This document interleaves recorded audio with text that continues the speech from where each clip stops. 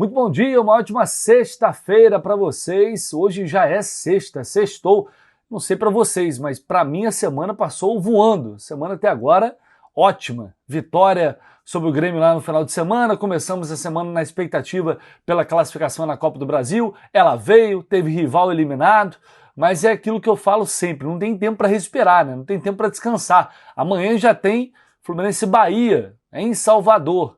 O técnico Renato Gaúcho vai finalizar a preparação para esse jogo logo mais no CT Carlos Sachilho. Vamos falar sobre isso, mas também vamos falar sobre as quartas de final da Copa do Brasil, agora com todos os confrontos definidos. Tem reforço chegando no Fluminense, tem reforço que pode chegar, mais reforços, enfim, vou trazer os detalhes aqui para vocês a partir de agora. Já chega aí no like, se você puder, sinta-se à vontade, sinta-se em casa e claro, para se inscrever também, se inscreva aí porque é muito importante. Sinta-se em casa como estou aqui no sofá de casa, improvisando por enquanto, aguardem, porque se Deus quiser, lá para a semana que vem a gente já vai ter novidade em relação ao estúdio novo do Canal do Leste. Está saindo do forno aos poucos, enquanto isso a gente vai mudando o cenário, vai improvisando do jeito que dá. Bora de informação, porque temos muitas notícias. Vamos começar com Copa do Brasil, né? Porque, afinal de contas, temos aí os classificados para as quartas de final, agora todos definidos.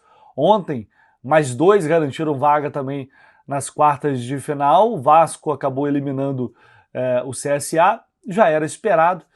E o Cruzeiro também passando pelo CRB. Acho que desses confrontos aí tinha ali ainda tinha uma expectativa pelo Vasco Diniz ser eliminado, passar outro vexame em São Januário, mas a tendência era mesmo pela vitória do Vasco. O Cruzeiro passou ali um certo sufoco também, né? Pênalti, quase que a coisa desandou, mas acabou conseguindo a classificação. Numa competição que favoritos já foram eliminados aí, como Palmeiras, Flamengo, São Paulo caiu também, só faltou cair o Cruzeiro. Se cai o Cruzeiro, tava lindo, mas beleza. Agora, nesse estágio, né, a essa altura da Copa do Brasil, não tem como mais ficar escolhendo o adversário.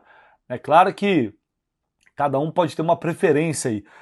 Dos possíveis adversários, Atlético Paranaense, Atlético Mineiro, Bahia, Botafogo, Corinthians, Vasco e o Cruzeiro. Eu acho que para mim é muito evidente que o Cruzeiro, na minha opinião, é o melhor time atualmente do futebol brasileiro. É um time muito forte, está cheio de confiança, está jogando muita bola. Então seria o adversário que com certeza eu não gostaria de enfrentar agora.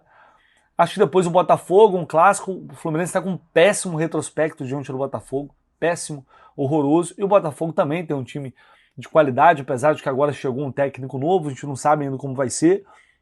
E cara, e aí eu acho que para mim é meio que condição de igualdade com o Corinthians e Atlético Mineiro. Eu acho que são jogos, times grandes, equilibrados. Para mim são jogos equilibrados. O Bahia é um time que oscila muito. Então, se tivesse hoje um confronto entre Fluminense e Bahia, é muito difícil falar isso, mas, sei lá, eu talvez colocaria um leve favoritismo para o Fluminense. Mas é uma equipe que tem de onde tirar também, porque tem jogador. O Vasco, para mim, está abaixo. Aí é um clássico, eu particularmente, é sempre bom evitar clássico, na minha opinião, mas o Vasco para mim eu acho que é indiscutível isso, hoje está abaixo. O Atlético Paranaense, bom, para mim, aliás, se você tivesse que escolher um, acho que escolheria o Atlético, por quê? Não é só porque o Atlético está na Série B, está fazendo uma Série B muito ruim, e porque se eles não melhorarem imediatamente, assim, a pressão vai aumentar muito. E aí, com duas competições ao mesmo tempo, fica difícil de dividir.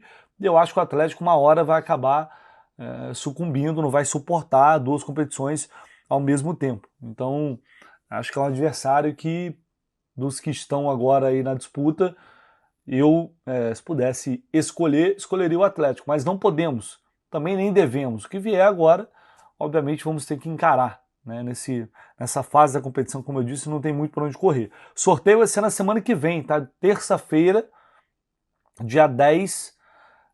Não, terça-feira, dia 10, não, tô maluco. Terça-feira, 10 da manhã. Próxima terça-feira, às 10 da manhã. Na sede da CBF, dia de Fluminense e América de Cali e Fluminense, lá na Colômbia. Tô viajando para Cali no domingo de manhã, bem cedinho, para fazer essa cobertura.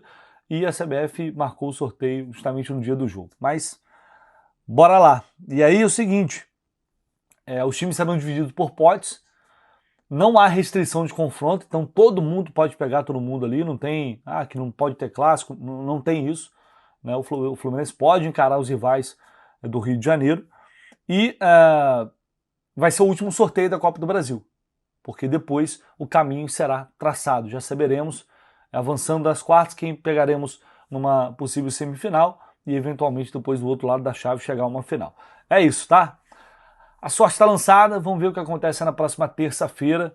Certamente teremos grandes confrontos e grandes jogos. Lembrando que o Fluminense já acumulou mais de quase 15 milhões de reais em premiações da CBF, da Copa do Brasil. E a Copa do Brasil é uma competição que paga muito para quem chega lá na frente. Então, quanto mais avançar, além, claro, da questão esportiva, tem muita grana envolvida também.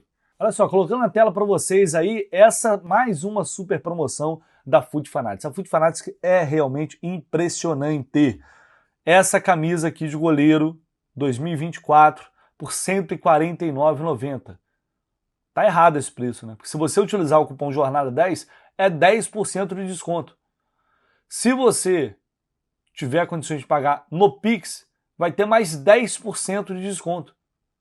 Cara, é uma camisa original do Fluminense que você pode presentear. Dia dos Pais está chegando. Você está aí sem saber o que vai comprar para o seu pai. Vai lá, olha aí. Olha que presente. Um pouco mais de R$ 100 ali você está comprando uma camisa oficial do Fluminense, utilizando o cupom Jornada 10. Então vai lá. O Foot Fanatics mandou pra gente, olha só. Vamos acabar com esse estoque aqui, bora? Agora, falei, pô, vamos lá. Isso aí, quem não quer? Então corre lá e aproveite mais esta oportunidade. O link está aqui no primeiro comentário fixado. Muito bem, vocês querem falar de reforços, né? Eu sei disso. Ontem acompanhamos a chegada de Luciano Acosta aqui no Rio de Janeiro. Lúcio Acosta já está no Rio, assinou, eu não sei se ele assinou o contrato ontem à noite ou se vai assinar hoje pela manhã, mas enfim, vai acontecer e em breve vai ser anunciado oficialmente aí como jogador do Fluminense. Ao longo desta sexta-feira, com toda certeza, o clube vai correr para dar entrada no nome do Lúcio para conseguir regularizá-lo e automaticamente colocá-lo à disposição do técnico Renato Gaúcho para o jogo da próxima terça-feira. Mas tem gente, ou tem mais reforço chegando aí, é o que a gente espera. E aí eu vou trazer para vocês um panorama de como está a situação. Primeiro do Santi Moreno, eu tenho alguns detalhes de bastidores para acrescentar nessa história conturbada, né? Virou realmente uma loucura essa história do Santi Moreno. Ele deu de maluco, foi embora para a Colômbia. E aí, por que isso aconteceu? Eu fui tentar buscar algum detalhezinho que pudesse explicar por quê. O Fluminense, recapitulando aqui a história, o Fluminense faz uma proposta para o Portland de 4 milhões de dólares. Essa proposta é recusada no primeiro momento.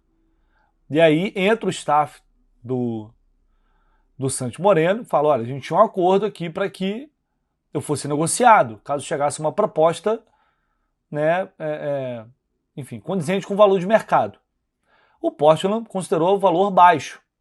E aí, um detalhe que até então, a gente não sabia. Eles chegaram a fazer uma contraproposta, subindo um pouco o valor, questão de parcelamento, né, para, enfim, tempo de pagamento e tal. Essa contraproposta ela foi enviada pelo Portland ao Fluminense. E o Fluminense aceitou. Ou seja, o Fluminense chegou nos termos que eles pediram. E aí, por que gerou essa reação explosiva? E aí é o que eu estou deduzindo, não tenho exatamente todos os detalhes, deduzindo a partir das informações que eu consegui apurar, né? Chegou lá num embate interno entre a diretoria do Portland, presidente, com os diretores e tal. Os caras não chegaram num consenso, não vamos liberar. Não, mas o clube enviou uma contraproposta. O presidente do clube ali autorizou. Não, mas não tem acordo não. Não queremos liberar não. Os caras batendo cabeça lá dentro. Né? A própria diretoria do Portland não se entendeu. Mas o Fluminense já tinha dado ok na negociação. E por isso, aí o Santi vai e já começa a se despedir dos companheiros. Né? Aquele clima de um abraço, tô indo embora. Fé, fica com Deus aí, vamos que vamos. E aí ele recebeu a notícia de que ele não ia sair. Que não tinha acordo, que ele não ia sair. Foi aí que ele ficou revoltado com a situação. Né, eu tô aqui, obviamente, tô tentando mostrar para vocês aqui um diálogo, são diálogos fictícios, né, evidentemente.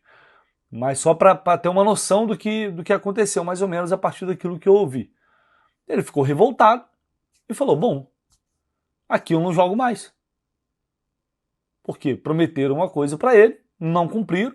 O Porsche não tinha dado, a princípio tinha dado um acordo para vender, tinha aceitado, enviou uma contraproposta, o Fluminense aceitou, pá, já estava tudo praticamente fechado. Por isso o Renato fala, ontem na coletiva, o Renato fala, ó, tem 2 aí para serem anunciados. Até então o panorama era meio que esse. E aí o negócio explodiu, ele não vai pro jogo. E vão embora pra Colômbia. Aqui eu não jogo mais. E mesmo, eu posso não ir pro Fluminense, mas aqui eu não jogo mais. E foi embora pra Colômbia. Assim, uma loucura. E aí, o que o Fluminense faz agora? Que é o que todos nós queremos saber. Bom, pelo que eu ouvi, o Fluminense vai esperar um pouco mais essa situação desenrolar, para ver o que eles vão resolver. Porque eles vão ter que tomar alguma atitude. O cara não tá lá, não tá jogando, não tá nem no país. Voltou para casa. A proposta que o Fluminense tinha enviado contra a proposta está nas mãos deles. E eles têm a opção de aceitar, negociar, vender o jogador para não perder dinheiro, para não desvalorizar. Ou bancar e falar, não, você vai ter que voltar. Ou você vai ter que pagar uma multa, rescindir o contrato, e aí o cara vai sair de graça. Não sei até onde pode parar essa briga, eu não sei até onde a própria liga, a Major League Soccer, pode interferir nessa situação. É complexa, não é uma situação simples, mas o Fluminense lá dentro, lá tem gente lá falando em aliciamento, o Fluminense fez contato com o staff do procedimento normal, contato com o staff, empresário do jogador, e com o clube, conversando com o clube e aceitando a proposta que o clube fez. É um trâmite normal de qualquer negociação. Essa atitude do Santos Moreno partiu dele e do staff dele. Enfim, basicamente é isso. Então, é um compasso de espera aí para saber se eles vão ceder, se eles não vão ceder. Não tem muito o que fazer, não. É claro que o Fluminense não vai esperar a vida toda, porque se não chega ele, vai ter que chegar outro. E aí, enfim, a gente vai tentar descobrir se tem um prazo para que essa situação possa ser definida de uma vez por todas. Mas, basicamente, é só acrescentando algumas informações aí de bastidores que eu consegui trazer para vocês. E aí a outra situação, que é zagueiro. O Fluminense busca zagueiro no mercado, sabemos disso. O Nino não vem mais. Ontem eu cheguei a falar sobre isso aqui, mas vou acrescentar aqui uma atualização que eu tive ontem, tarde/noite. Qual a informação que eu tenho até o momento? Primeiro, ontem foi um dia agitado, a diretoria correndo atrás intensamente, levantando nomes, buscando nomes, definindo nomes, para tentar acertar com o jogador até hoje. Porque daria tempo de escrever também. Aqui, uma transferência aqui no Brasil é mais fácil. Então, há uma correria muito grande para que talvez hoje ainda a gente possa ter uma novidade. Mas qual é a grande dificuldade aqui no mercado nacional? Muitos jogadores já estão ou já disputaram a Copa do Brasil por outras equipes. E aí não poderiam jogar a Copa do Brasil. E outros já têm 7 jogos no Brasileiro. E aí não poderia defender o Fluminense no Campeonato Brasileiro. Então, olhando para o mercado nacional, é isso. Uma opção viável seria um bom zagueiro na Série B, por exemplo. Né? É uma alternativa. E aí, se for buscar alguém no exterior agora, também, para escrever para a Sul-Americana, oitava de final, já não daria tempo também. Aí tem que pensar mais para frente. O cenário é esse. Tem outra coisa importante. O Fluminense busca um nome de reposição, uma peça de reposição na zaga. Então não é um jogador com status de chegar a ser titular absoluto. O próprio Renato fala, na coletiva, ele fala em uma reposição para a zaga. Enquanto Thiago Silva e Ignacio se recuperam. E aí, internamente, há uma expectativa muito grande que eles vão se recuperar bem antes. Tipo, daqui 15 dias já tá ali na transição para voltar. E tem uma data FIFA em setembro.